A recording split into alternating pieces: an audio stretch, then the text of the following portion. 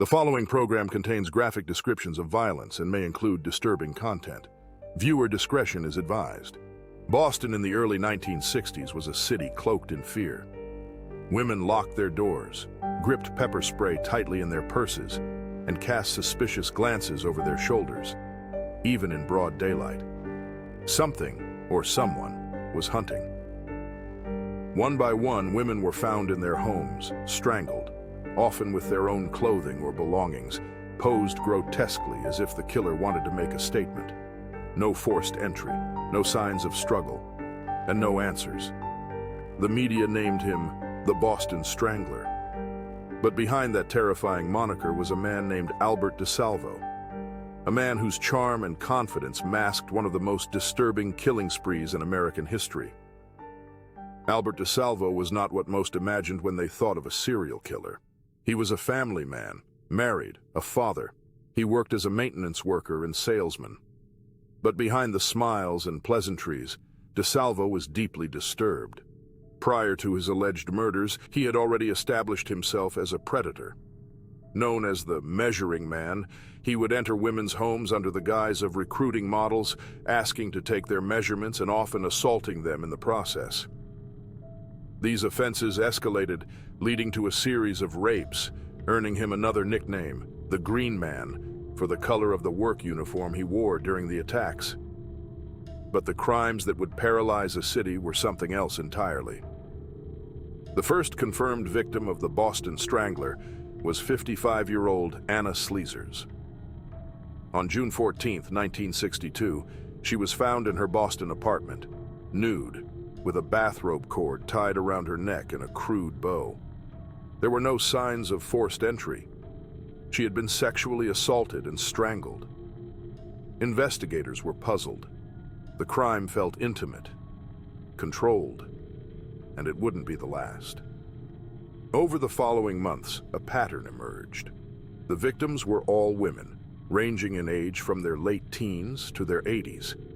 Each was sexually assaulted, strangled, and left in carefully staged positions, legs splayed, hands placed deliberately, faces twisted in horror.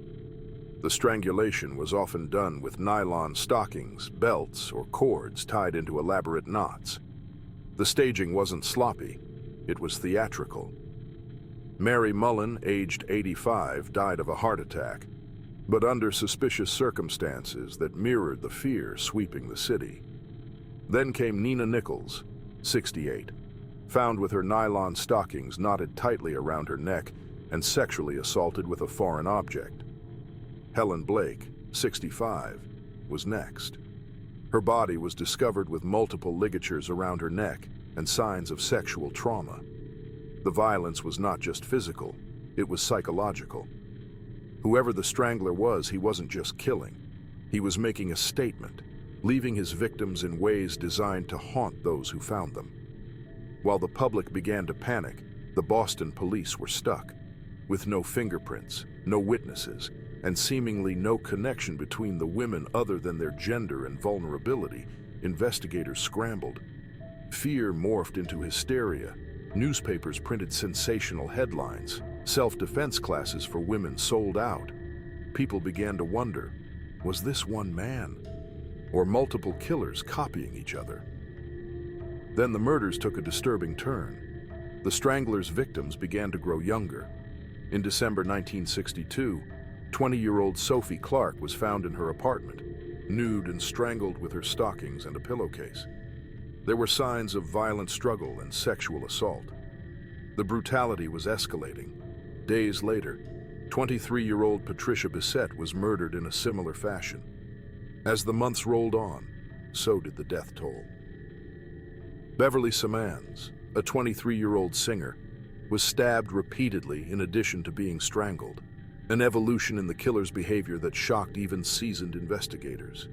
Each crime scene was more chaotic than the last.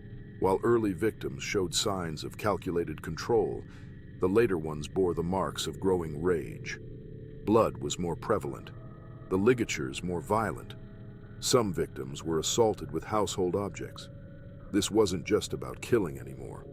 This was about domination, humiliation, and the need to send a message through pain. Still, police had no leads. No DNA testing existed. Behavioral profiling was in its infancy. And Albert DeSalvo? He remained invisible, just another man on the street. He even followed news of the killings in the papers, reportedly discussing them with co-workers. To the world, he was just a working-class guy with a wife, kids, and bills. But inside, the compulsion was growing stronger. By the time the killings slowed in early 1964, at least 13 women had died, though some believe the number was higher. The fear didn't vanish. It just went quiet. The city had been changed forever. But Albert DeSalvo's reign of terror wasn't over. He had already begun another wave of attacks, breaking into homes not just to kill, but to rape. Dozens of sexual assaults were committed across Massachusetts, all with a similar M.O., smooth-talking entry, quick overpowering, and violent domination. These rapes would ultimately be the thread that unraveled the mask of the Boston Strangler. Because DeSalvo wasn't caught for murder, he was caught for rape. He confessed to everything. But was he telling the truth, or hiding something even darker? Albert DeSalvo wasn't arrested for murder. That's what makes this case so unnerving.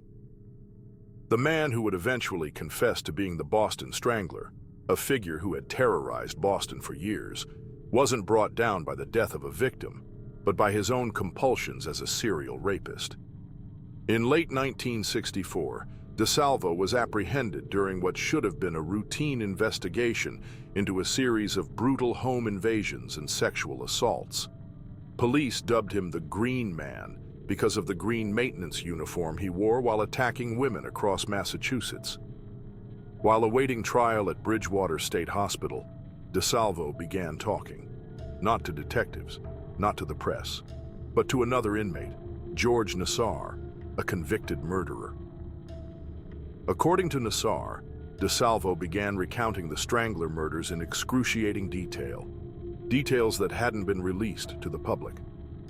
Nassar tipped off his attorney, F. Lee Bailey, a high-profile defense lawyer. Bailey approached authorities and negotiated a deal. In exchange for DeSalvo's full confession to the Boston Strangler killings, prosecutors would agree not to seek the death penalty. And then, the bombshell dropped. Albert DeSalvo confessed to all 13 murders attributed to the Boston Strangler. He described the crime scenes in vivid, disturbing detail, how he gained entry, the ligatures he used, the way the victims looked when they died. He remembered the color of their furniture, what they said before he attacked, even how he posed their bodies afterward. The confession shocked the city. For a moment, it seemed like closure was finally within reach. But then came the doubt. DeSalvo was never put on trial for the Boston Strangler murders. He was instead tried and convicted for the Green Man rapes and sentenced to life in prison. Authorities claimed they lacked the physical evidence to convict him for the murders, even with his confession. But many wondered, why confess to crime so heinous if you weren't the killer? Was it guilt? A desire for fame? Or was he covering for someone else? Critics of the case raised serious concerns. Some of the victims had different profiles. Some were sexually assaulted, others were not. The strangulation methods varied. The staging was inconsistent, and most troubling of all, DeSalvo's DNA was not found at any of the murder scenes, because at the time, DNA testing simply didn't exist. For decades, this left a huge gap in the truth. Then, in 2013, nearly 50 years later, a break in the case came.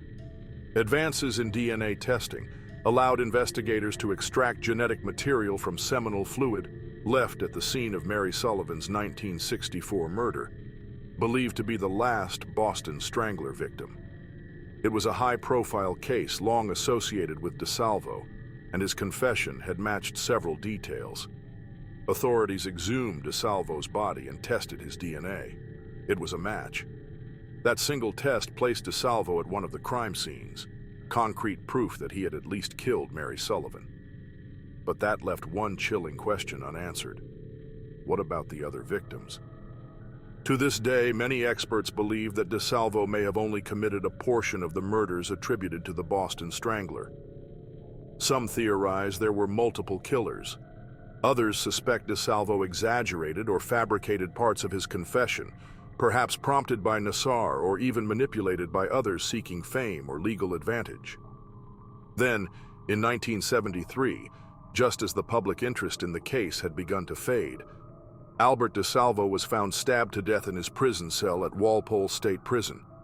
He had been trying to sell his story and allegedly told his family he had more secrets to share. Some believe he was silenced before he could speak. His death remains unsolved. So what are we left with? Albert DeSalvo confessed to murders that shocked a nation, but only one was ever tied to him with DNA. He was never formally convicted of any of the killings.